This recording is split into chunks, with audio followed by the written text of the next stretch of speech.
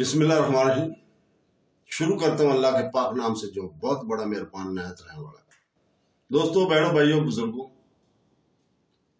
तारीख इस्लाम में हम 253 नंबर किस्त आपके सामने पेश कर रहे हैं। ये इसका दूसरा हिस्सा है। तो दोस्तों, बहनों, भाइयों, शहर नजीबाबाद पठानों का आबाद किया हुआ शहर था।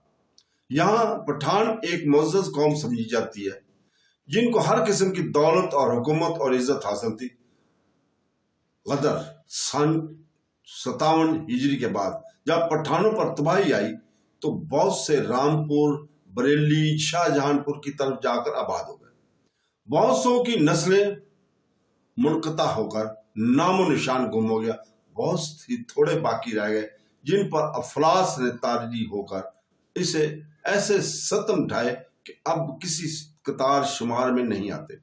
इनके गुलामों और नौकरों को चौंकी कानून के मुताबिक अब खूब दौलत और सरूत हासिल थी, लिहाजा बहुत से गुलाम अपने आप को पठान बताते थे।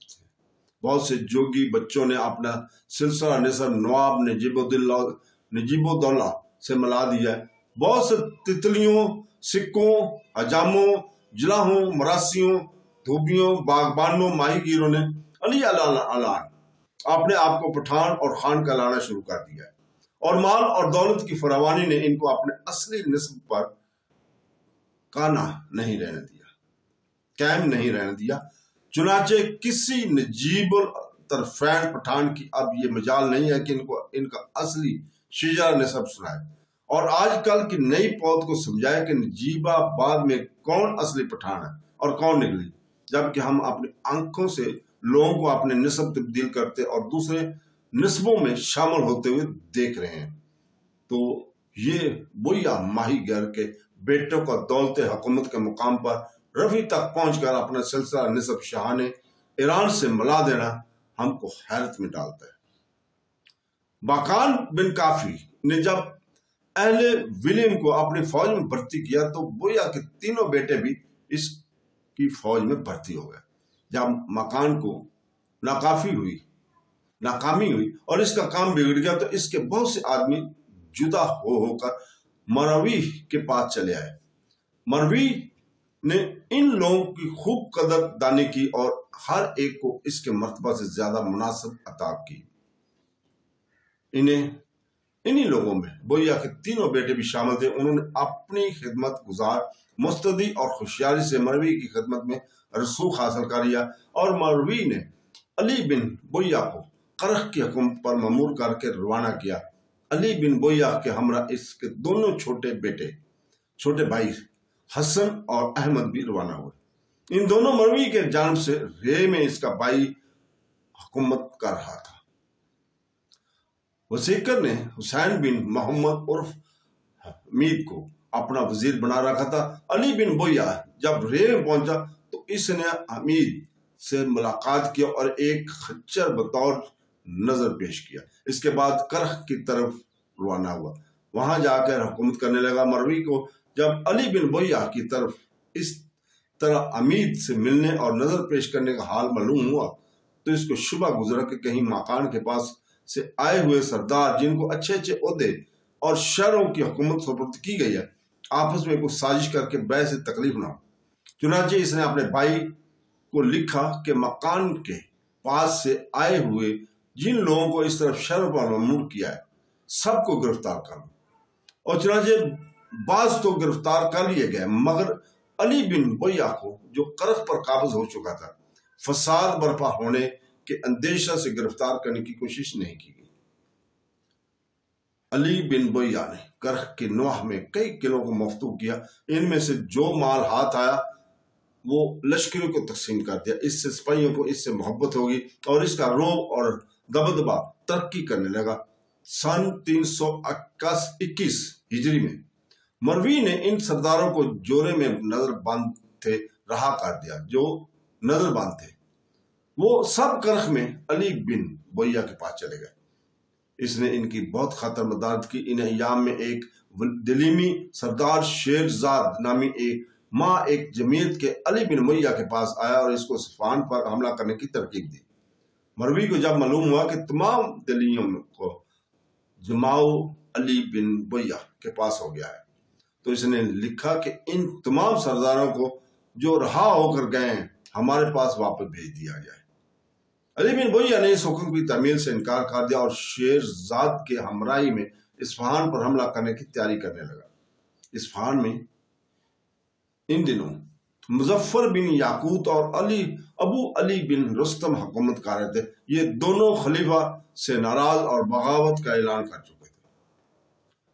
अली बिन बुय्या ने इस्फहान पर चढ़ाई करके मुजफ्फर बिन याकूत को भगा दिया और अबू अली बिन रुस्तम फौत हो गया और इस्फहान पर अली बिन बुय्या ने कब्जा कर लिया। यह खबर सुनकर मरवी को बड़ी फिक्र पैदा हुई, क्योंकि अब अली बिन बुय्या की सरकोबी के लिए रवाना किया। अली बिन बुय्या ने मतला होकर इस्फहान को तो छोड़ दिया और जरजान पर काबज हो गया। ये वाक़या माह ज़ुल्हज 321 हिजरी को वकूअ पज़ीर हुआ। इस्फहान पर कब्जा जब हो गया, मगर फिर मुजफ्फर बिन याकूत को इस्फहान की हुकूमत सुपुर्द कर दी गई। अली बिन बुय्या ने अपने भाई हसन को गाजवन की तरफ खराज वसूल करने के लिए भेजा। वहां रास्ते में मुजफ्फर बिन याकूत के एक फौज से मुकाबला हुआ। हसन ने इसको शिकस्त दी और रुपया वसूल करके भाई के पास लाया। अली बिन बुय्या इस्तिराब की तरफ रवाना हुआ। इब्न याकूत ने एक जबरदस्त फौज से ताक़ब करके अली बिन बुय्या को मुकाबले के लिए ललकारा। लड़ाई हुई। अली बिन बुय्या के भाई अहमद ने इस लड़ाई में बड़ी बहादुरी दिखाई। मुजफ्फर बिन याकूत शिकस्त खाकर फरार हुआ और वासत जाकर दम लिया। अली बिन बुय्या ने शिराज आकर इस पर कब्जा किया और इस तरह तमाम सूबा फारस इसके कब्जा और तसर्रुफ में आ गया। यहाँ लश्करियों ने, जिनकी तादाद भी ज्यादा हो गई थी, तनख्वाहों का मुतालबा किया। अली बिन बुय्या के पास इतना रुपया ना था कि बेबाक करे। इसी फिक्र में एक मकान के अंदर छत पर लेट गया। छत में से एक सांप गिरा। इब्न बुय्या ने हुक्म दिया कि इस मकान की छत गिरा दी जाए। छत को तोड़ने लगे तो इसमें सोने के भरे हुए संदूक बरामद हुए। ये तमाम इसने लश्कर में तकसीम कर दिए। इस तरह इससे फिक्र से निजात होगी। इसके बाद इसने कोई कपड़ा सीने के लिए एक दर्जी बुलाया। सिपाही दर्जी को बुलाकर लाए तो दर्जी ये समझा कि अब मुझे गिरफ्तार किया जाएगा। इसने डर के मारे कहा कि मेरे पास संदूकों के सिवा और कुछ नहीं है और मैंने अभी तक इनको खोल कर भी नहीं देखा, इनमें क्या है। चुनाचे इसने तो संदूक मंगवाए तो इनमें से अशरफियां बरामद हुई। अली बिन बुय्या ने इस पर भी कब्जा कर लिया। यह तमाम माल मुजफ्फर बिन याकूत का जमा किया हुआ था, जो वो अपने साथ नहीं ले जा सका था। इत्तेफाक की बात, इन्हीं अय्याम में इसकी दौलत सफारिया का जमा किया हुआ खजाना भी मिल गया, जिसकी तादाद 5 लाख दिनार थी। इसी इसना में अली बिन बुय्या एक रोज चला जा रहा था कि इसके घोड़े के पांव जमीन में धंस गए। खदवा कर देखा तो एक बड़ा खजाना बरामद हुआ। इस तरह अली बिन बुय्या के पास बड़ा खजाना जमा हो गया और इसने सूबा फारस पर कामयाबी के साथ हुकूमत शुरू कर दी। अपनी ताकत को दम बदम तरक्की देनी शुरू की और मरवी का मद्दे मुकाबल बनकर इसके खौफ और खतरात का बहस बन गया। कैट बिल्ला खून रेज, जल्दबाज, मतलून मजाज और दायमुल अमर था, मगर रियाया को शराब नोशी और शराब फरोशी की सख्त ममानत कर दी थी। तकरीबन 1.5 साल हुकूमत करने के बाद 6 जमादी उल सानी सन 322 में फौज के बलवइयों ने इसको गिरफ्तार कर लिया और अबू अल अब्बास मोहम्मद बिन मुक्तदर को तख्त खिलाफत पर बैठाकर राजी बिल्ला के लक़ब से नवाजा। राजी बिल्ला ने तख्त नशीन होकर कैर बिल्ला को अंधा कर दिया। अली बिन मोहम्मद खरसानी का कौल है कि एक रोज काहिर बिल्ला नेजा हाथों में लिए हुए मेरे पास आया और कहा कि हर एक अब्बासी खलीफा की आदात और फसाइल मुझसे बयान करो। मैंने कहा कि सफा खुरेजी में जल्दी किया करता था, इसके अमाल भी इसके कदम ब कदम चलते थे। मंसूर बहादुर शख्स था और माल जमा करने वाला। मंसूर ने सबसे पहले आले अब्बास और आले अबी तालिब के दरमियान तफरका डाला और इत्तेफाक कायम ना रहने दिया। सबसे पहले इसने मतबीजीन को मुकर्रब बढ़ाया।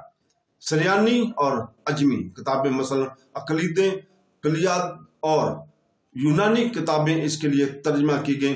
مہدی نہایت سخی عادل مصنف مزاج شخص تھا. اس کے باپ نے جو کچھ لوگوں سے زبردستی چھینا تھا وہ اس نے واپس دے دیا. زندگیوں کو قتل کرایا، مسجد الحرام، مسجد مدینہ اور مسجد اقصی کو تعمیر کرایا. وادی الجبار اور متکبر تھا اور اس کی عمل بھی اس کی پیروی کرتے تھے. ہارون الرشید نے جہاد اور حج کیے، مدینہ کے راستے میں مکانات اور حوض بنوائے، ترسوس، مسیح، مرش وغیرہ آباد کیے، عام لوگوں کو ممنوع احسانات کیا. خلفاء میں سب سے اسی نے چوغان کھیلا، سب سے پہلے نشانہ بازیاں کی، شطرنج کھیلی. امین سگی تھا مگر لذات میں مشغول ہو گیا اور مامون نجوم و فلسفہ سے مغلوب ہو گیا تھا. نہایت حلیم اور سگی شخص تھا. معتصم باللہ بھی اسی طرح کے طریقے پر چلا مگر اس کو شاہ سواری اور بادشاہی حجم کے تشبہ کو شوق تھا. غزوات اور فتوات اس نے خوب کیے. واسق باللہ اپنے باپ کے طریقہ کار پر چلا، متوکل، مامون، معتصم اور واسق کے بالکل خلاف چلا. ان کے اعتقادات سے بھی اس نے مخالفت کی، سماعت حدیث کا حکم دیا.